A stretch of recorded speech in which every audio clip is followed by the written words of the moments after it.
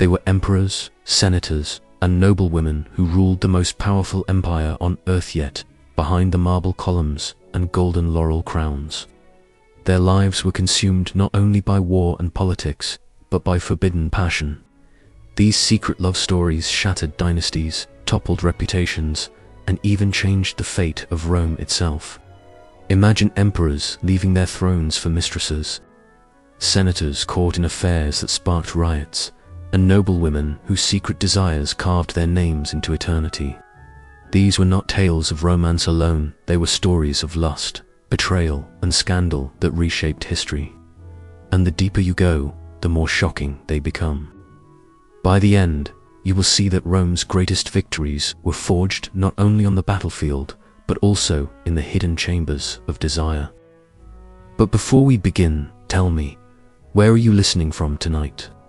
Is it late at night, perhaps past midnight, or early in the morning as you drift into sleep?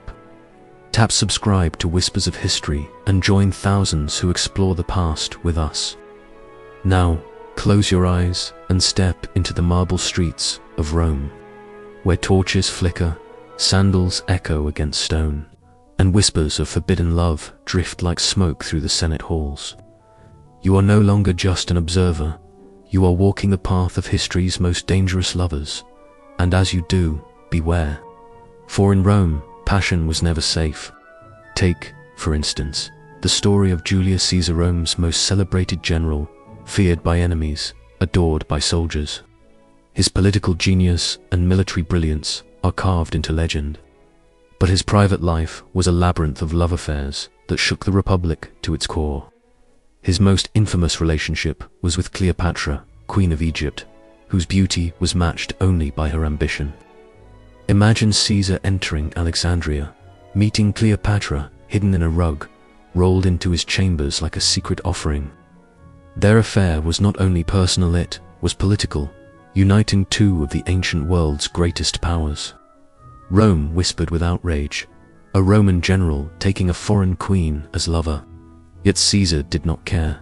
In their secret nights, they conceived a child, Caesar, whom Cleopatra would claim as her heir.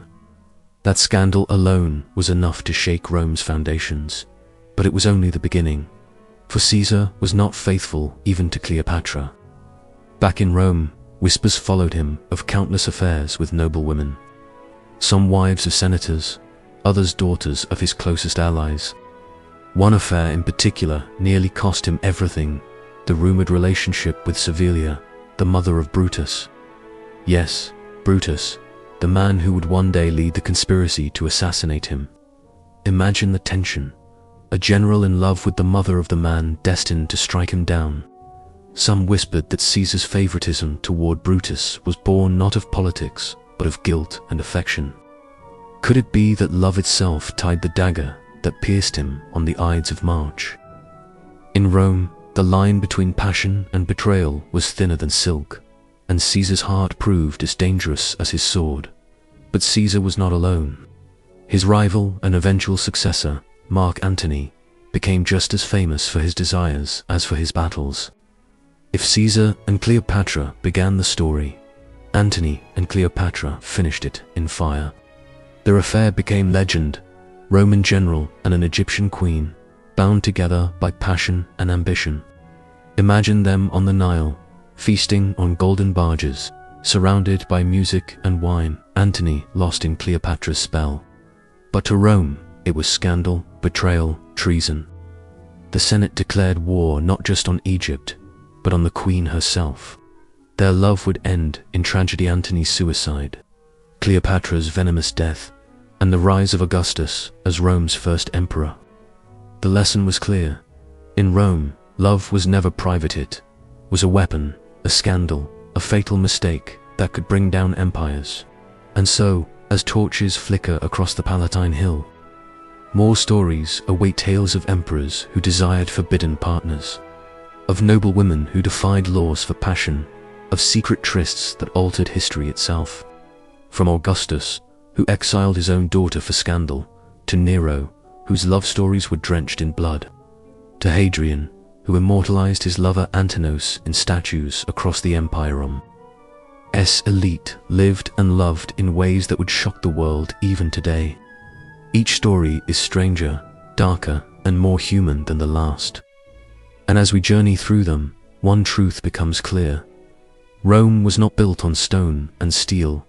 Alone it was built on whispers of desire. And desire, in Rome, was always dangerous. So, come closer. The night in Rome is young, and the secrets are endless. Caesar and Antony have played their parts, but the stage is crowded with lovers whose names still echo in marble. Next, we will descend deeper into the chambers of Augustus, the emperor who built the empire but could not control the passions within his own family. His tale reveals not just the glory of Rome, but its darkest betrayals. Are you ready to walk into those shadows? As Caesar and Antony faded into legend, Rome crowned a new Master Augustus, the first emperor. He built the empire on discipline, morality, and control. Yet even he could not escape the chaos of secret passions. His greatest shame came not from enemies, but from his own family. His daughter, Julia, was adored for her wit, beauty, and charm, but she was also notorious for her affairs. Imagine the emperor who preached strict morality, forcing men to marry and condemning adultery, only to find his own daughter turning Rome's streets into her private playground. Whispers claimed Julia entertained lovers openly in the forum, mocking her father's laws with every embrace. For Augustus, it was humiliation beyond measure. To preserve his image, he acted not as a father, but as an emperor, banishing Julia to a barren island, stripped of luxury, cut off from her children. Love had made her immortal, but exile made her a ghost. The scandal of Julia revealed the fragility of even Rome's strongest foundations. Augustus had built his rule on the idea of moral reform, presenting himself as a father of the nation. Yet in the hidden chambers of his family, desire unraveled his carefully woven image. Imagine the Senate murmuring, rivals smirking, enemies waiting to pounce, as the emperor's private shame became public knowledge. Julia's lovers were punished, some exiled, others executed, but the damage was already done. The people, ever hungry for spectacle, whispered about her nights beneath the stars, her brazen defiance of imperial law. Even in exile, Julia's name lingered like a scandalous perfume, a reminder that Rome's elite, no matter how powerful, were never free from the chains of passion. The emperor could conquer nations, but he could not conquer love. But Julia was not alone. Across Rome's aristocracy, women wielded love as weapon and shield, bending rules men thought unbreakable. Consider Clodia, sister of the infamous Clodius, who became the Musand, tormentor of the poet Catullus. He called her Lesbia in his verses, writing of her beauty, her betrayal, her intoxicating charm. Imagine the scandal. A noblewoman immortalized in poetry for her affairs. Her name whispered in taverns, her passion turned into Rome's gossip. Catullus wrote of kisses beyond counting, of burning desire, of heartbreak that tore him apart. Yet behind the poetry was power, for Clodia's influence stretched deep into politics, her liaisons weaving through Rome's most powerful men. Love here was not private, it was a weapon carried in words that outlived them both. And then came the emperors who embraced scandal openly.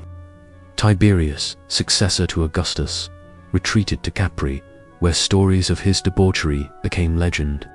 The island, perched above glittering seas, was said to be his palace of sin, filled with young lovers and whispered excesses. Imagine walking through marble halls where desire knew no law, where the emperor's will was absolute, and where scandal traveled back to Rome like poisoned arrows. Some of these tales may have been exaggerated by his enemies, but the damage was done.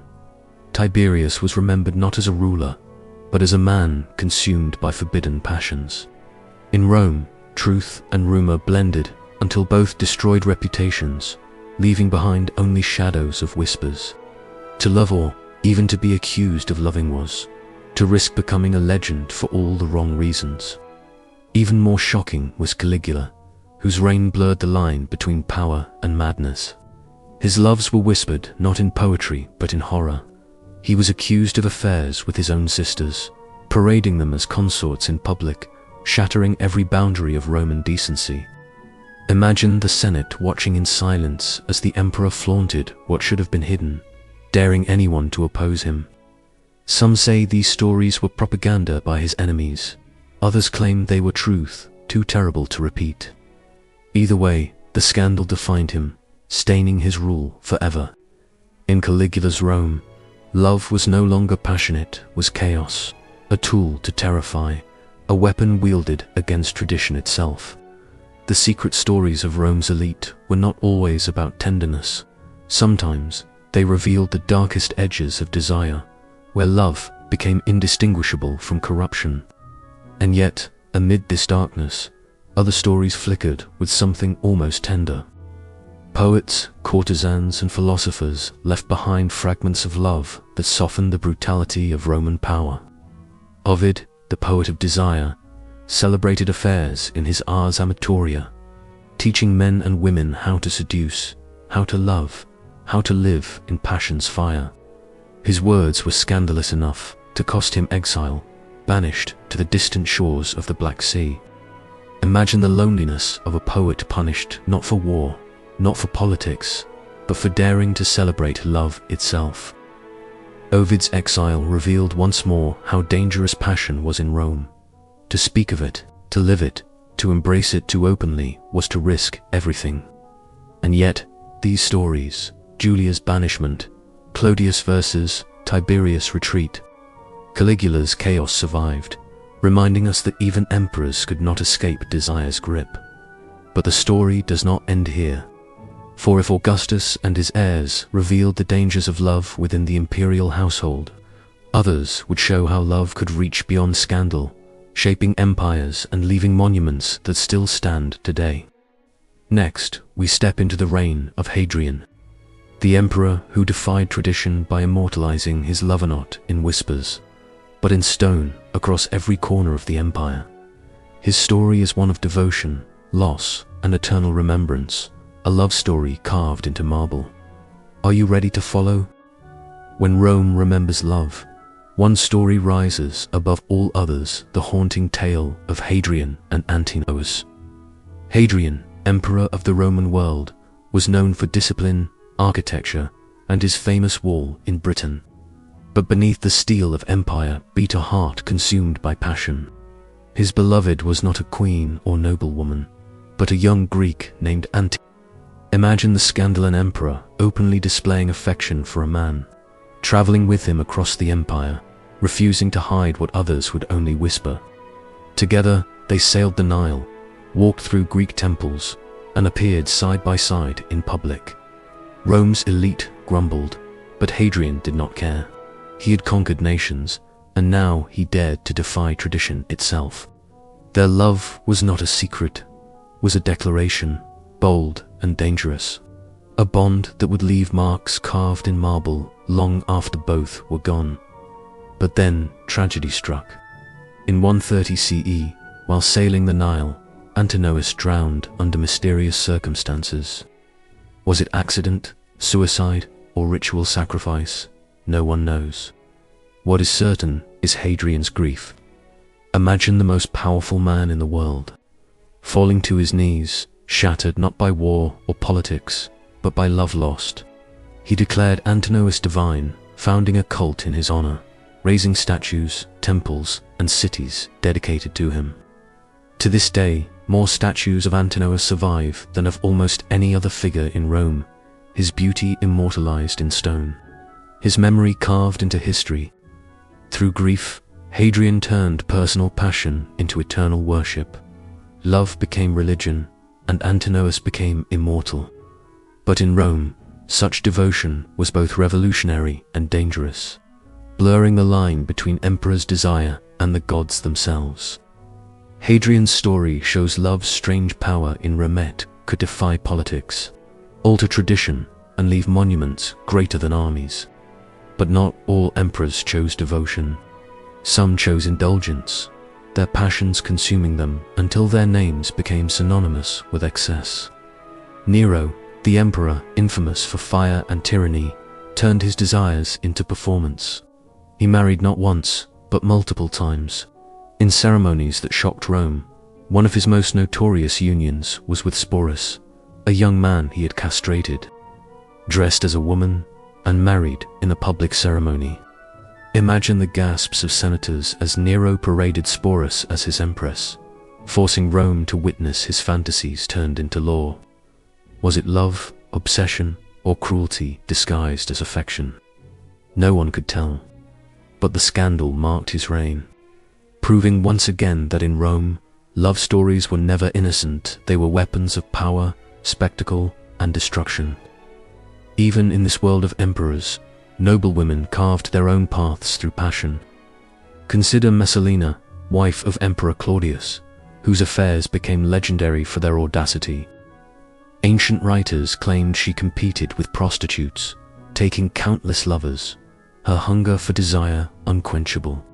One tale even describes her marrying another man in a mock wedding while still empress, an act so bold it bordered on treason.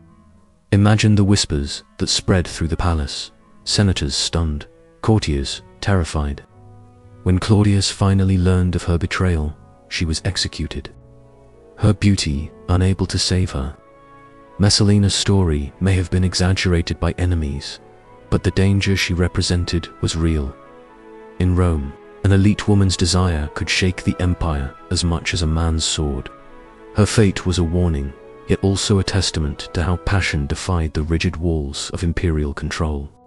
But for every tale of scandal, Rome preserved others wrapped in poetry, where love was celebrated instead of condemned. The poets of the Augustan age Propertius, Tibullus, and Ovid wrote verses that immortalized their mistresses, their longing, their heartbreak. These women, courtesans and noblewomen alike, became immortal through ink, their secret nights turned into eternal lines. Imagine sitting in a Roman villa, a scroll in hand, reading words of burning passion that everyone knew pointed to real women of Rome's elite. Their identities were masked by names like Cynthia, Delia, and Corinna, but whispers always filled in the blanks. Love here was not just a private act, it was literature, scandal, and art fused together. And yet, poetry was dangerous too, for desire written too openly could offend emperors, as Ovid learned when he was banished for his verses. Even words of love could cost a man his freedom.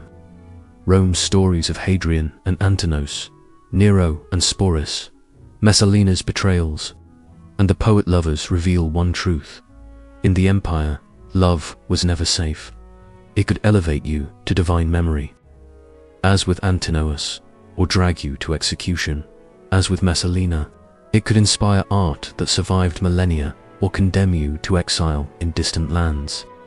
Imagine living in such a world where every kiss, every embrace, every whispered confession could one day be retold as legend or as scandal. Rome's elite lived not in privacy but on a stage, their desires woven into the empire's destiny. And as the empire grew, so too did these stories, becoming darker, stranger, and ever more dangerous. Next, we descend into the world of emperors like Commodus and noble families whose love affairs turned into open rebellion. Are you ready to step deeper into Rome's shadows? As Rome expanded, so too did its stories of love, scandal, and betrayal. The empire was not just ruled by emperors of discipline like Augustus or dreamers like Hadrian, it was also ruled by men consumed by excess, whose passions blurred into madness. None embodied this more than Commodus, son of Marcus Aurelius. If his father was the philosopher king, Commodus was the emperor of indulgence. Surrounded by mistresses, gladiators, and courtiers, he turned love into spectacle. He would take his lovers into the Colosseum, displaying them like prizes, daring anyone to challenge his whims. Imagine Rome's citizens, watching their emperor not as ruler but as performer, parading his passions before the crowd. But such excess made him vulnerable. Whispers filled the palace of plots and poison, until even those closest to Jim, including his mistresses, were drawn into the conspiracies that finally ended his life.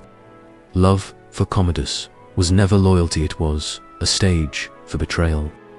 Beyond the emperors, the noble families of Rome lived their own dramas, where secret affairs carried consequences as dangerous as treason.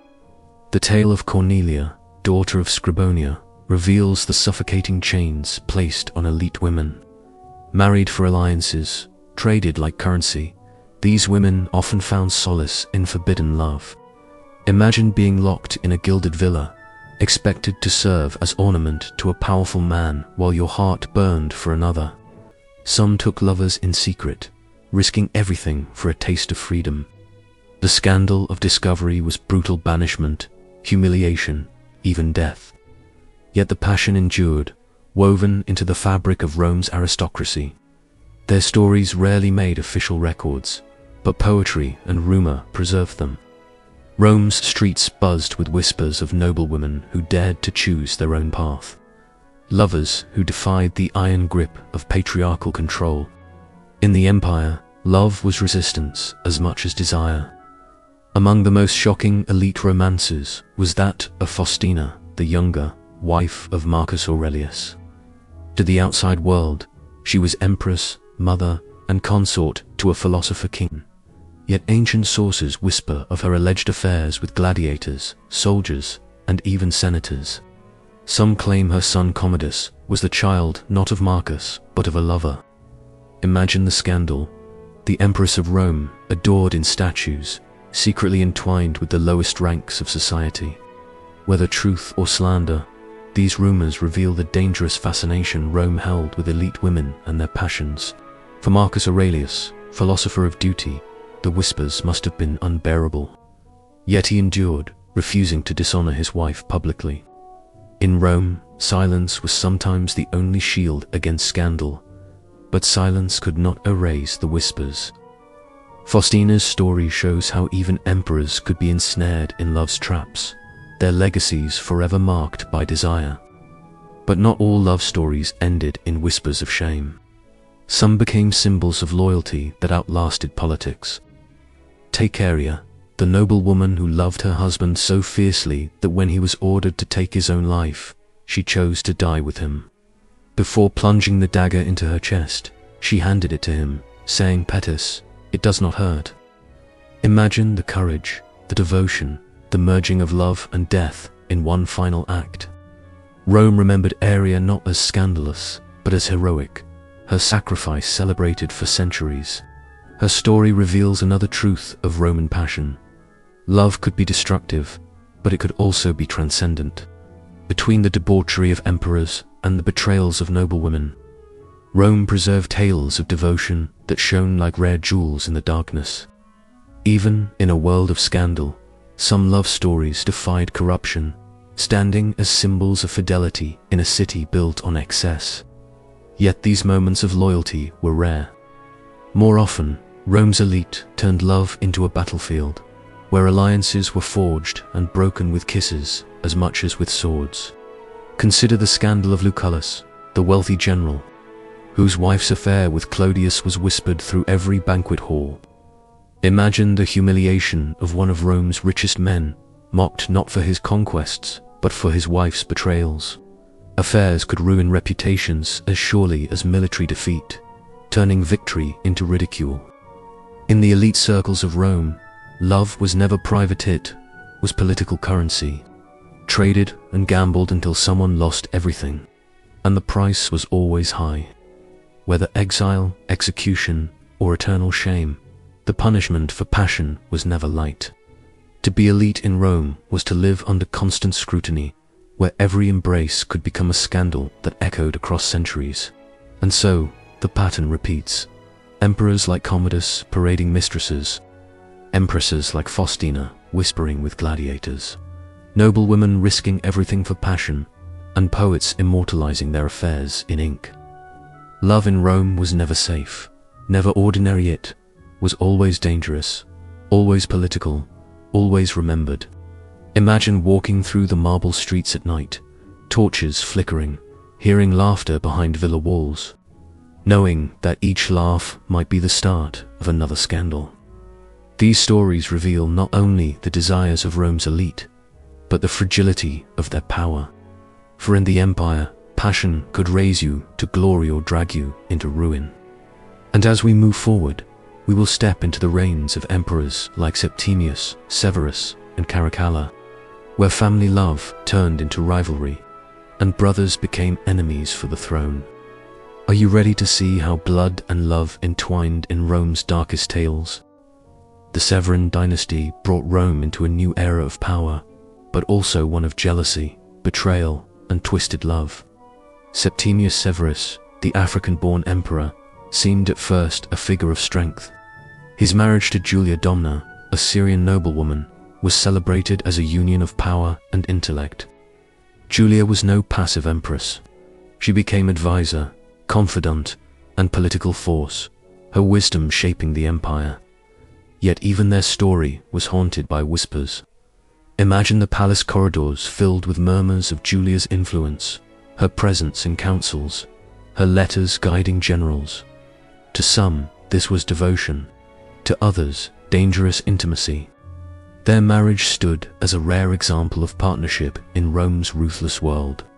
But what began in loyalty would soon unravel in their sons Caracalla and Getatum, brothers whose love for power eclipsed every bond of family, turning their dynasty into a battlefield soaked in blood.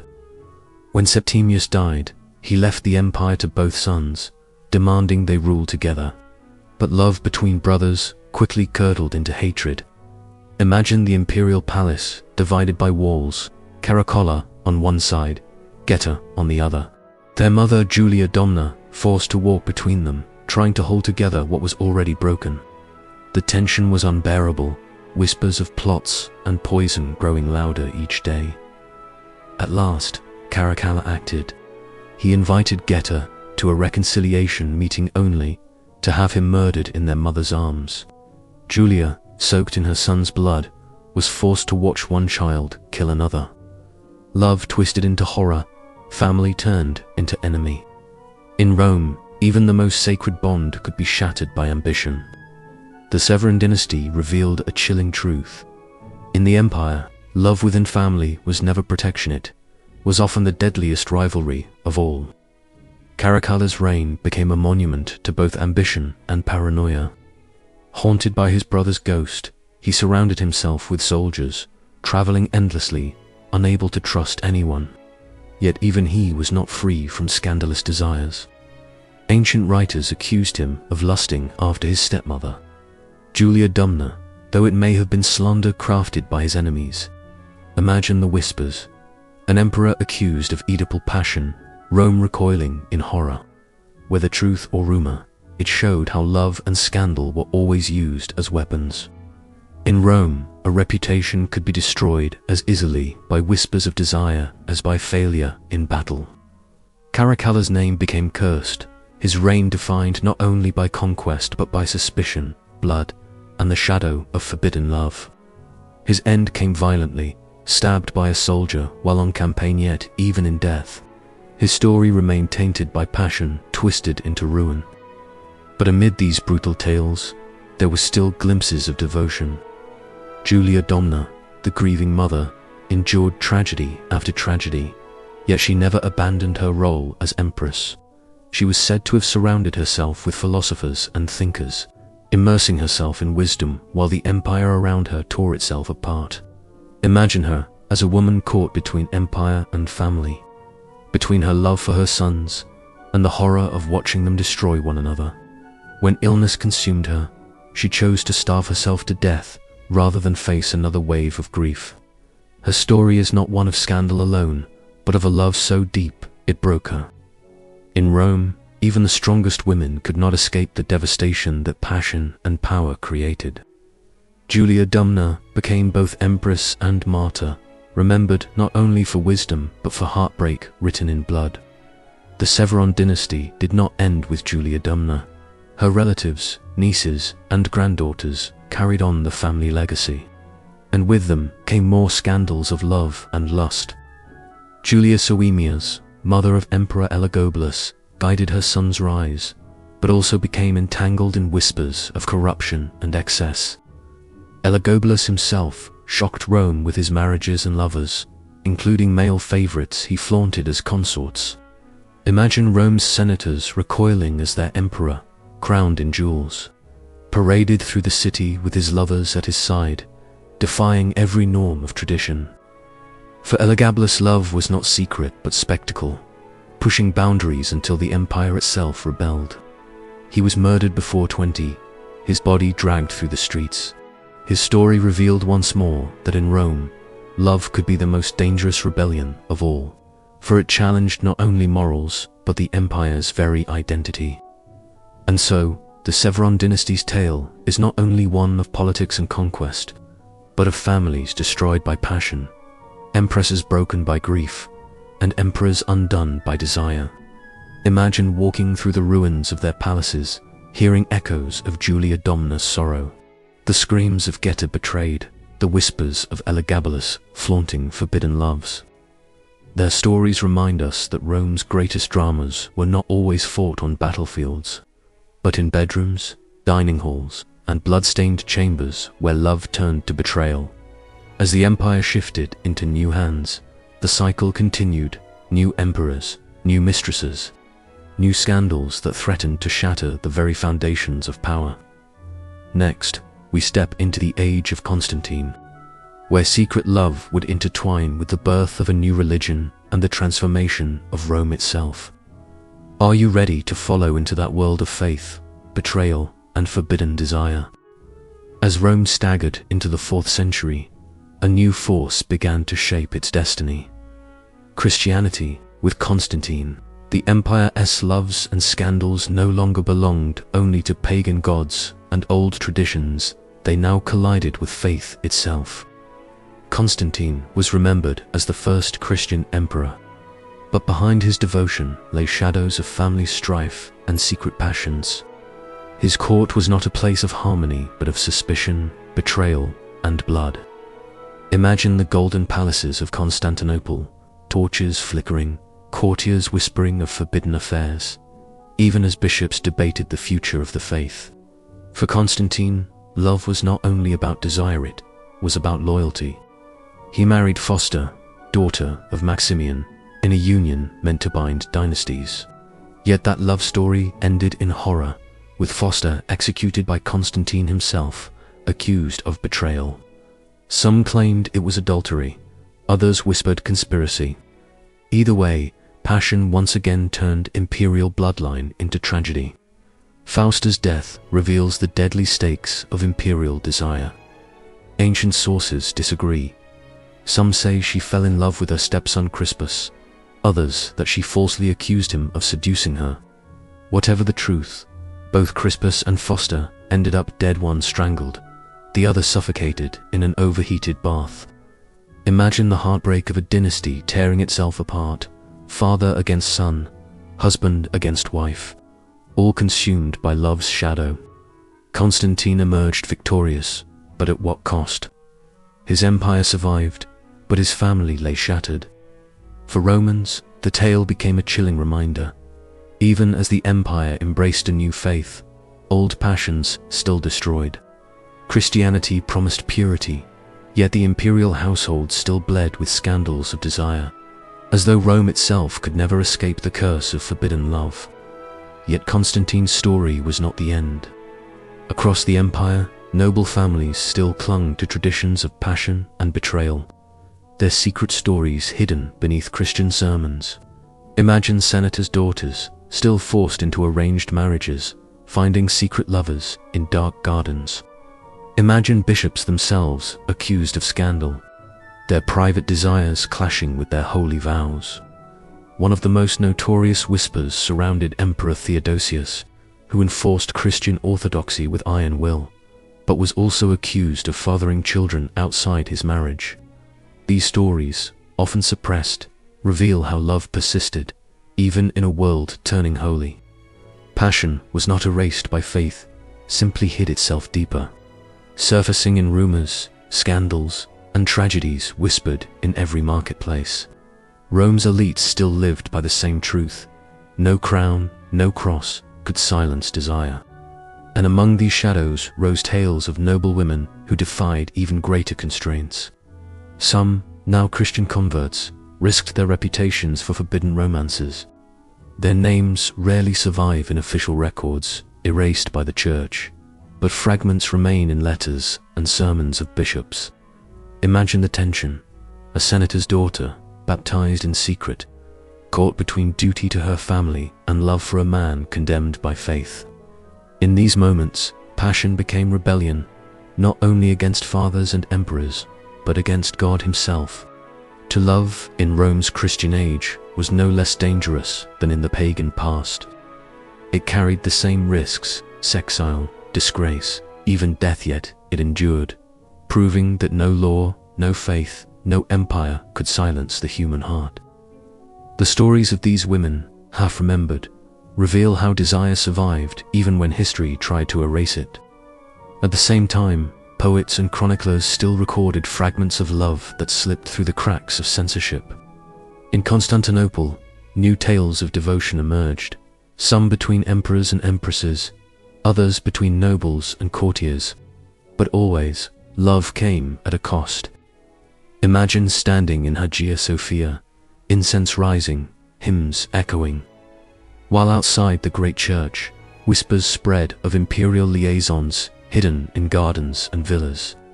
Even in this new Christian empire, the same pattern endured.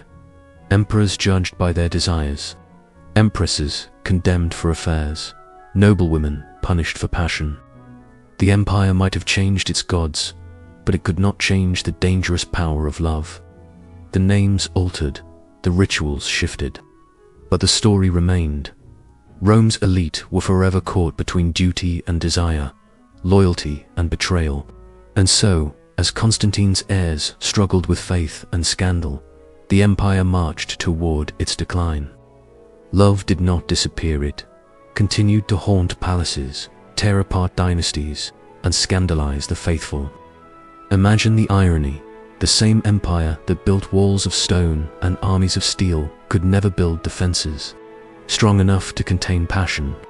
From Caesar and Cleopatra to Constantine and Foster, love stories shaped Rome as much as war or law. The Christian age did not silence them, merely gave them new shadows to hide in. And in those shadows, desire grew darker, more secret, more dangerous. As Rome stumbled toward its fall, its final stories of love would mirror its decline: decadent, desperate, and unforgettable. Next, we walk into the twilight of empire, where barbarian kings, last emperors, and forgotten lovers sealed the fate of Rome itself. Are you ready for the final descent? As Rome staggered toward its twilight, love continued to weave its dangerous spell over emperors, generals, and noble families. The empire that once commanded the world now fractured under pressure from within and without. But even as armies clashed and cities burned, passion remained as destructive and as irresistible as ever. Imagine the fading halls of Ravenna, the last imperial capital, where desperate rulers clung to power while courtiers whispered of affairs and betrayals.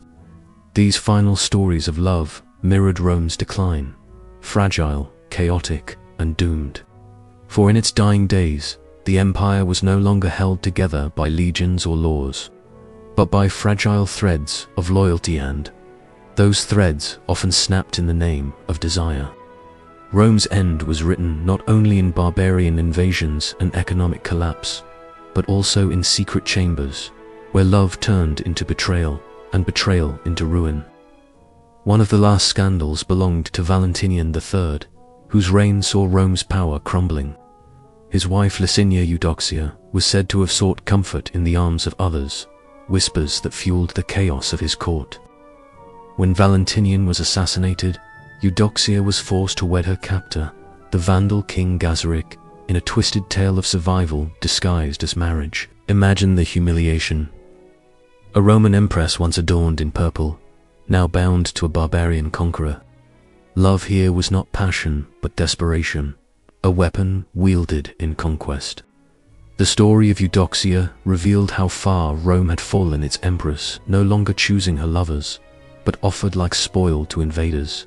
The empire's greatness, once defined by Caesar and Cleopatra's grand affair, ended with its rulers forced into unions that symbolized not glory, but defeat.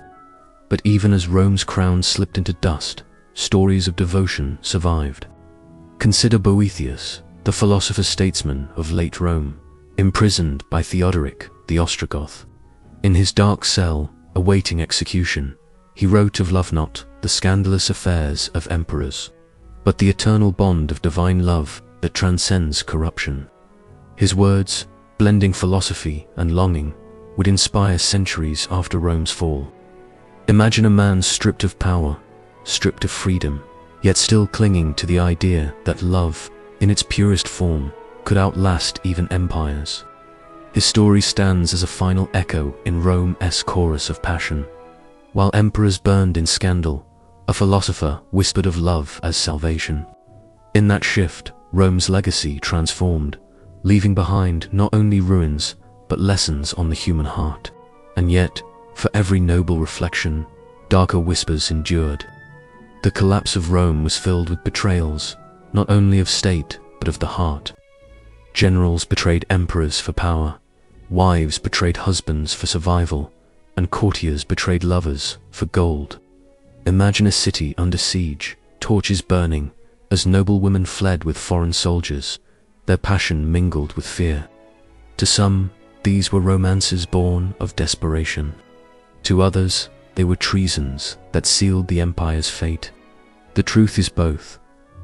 Love in Rome's final centuries became a survival strategy, as much about safety as desire.